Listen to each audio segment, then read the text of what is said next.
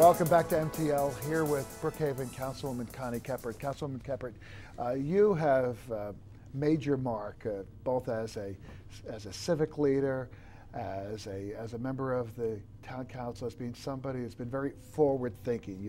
You believe in good planning. You believe in smart growth. You recognize the importance of striking that balance. And it seemed that the town was trying to do that and coming up with a plan for the protection of Carmans River.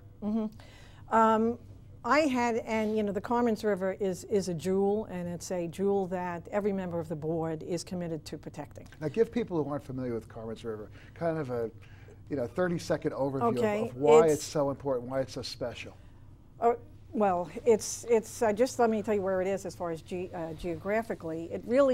Its headwaters begin south of the Longwood Library.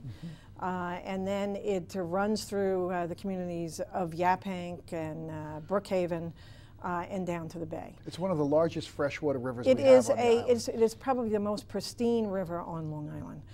It's a river that I often canoe. I love the Carmans River. It's a great recreational resource. It's a great resource as far as just what we want to protect as far as the ecology of Long Island.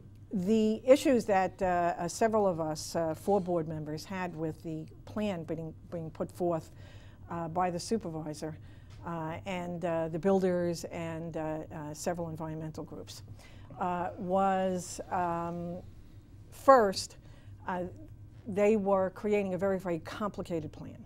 It wasn't a plan just to protect the river. And they were using a method to protect the river by, they were increasing the Pine Barrens core. So that means that if you owned land by the Carmans River, your property is going to be placed in the core, which means that you can do nothing with that land, except they give you Pine Barrens credits, which you can then sell to somebody who wants to build someplace else. The issue with that is that, by their own estimation, it was going to take at least 10 years to cash in those credits. So you'd have property that you couldn't do anything with for 10 years, and you were not going to be able to get the value back. So people have legitimate concerns about people who live along the river rights. have certainly legitimate concern. The farmers along the property, along the Carmans, had legitimate concerns on nitrogen loading and so forth.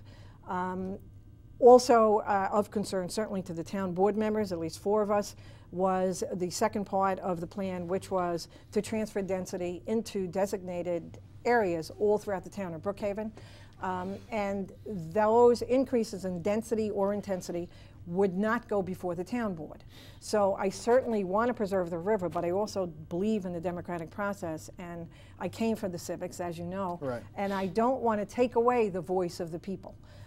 And this was doing that. So if instead of a change of zone going before the town board, this change of zones would be automatic. So we would increase density in other communities without that community having any voice in that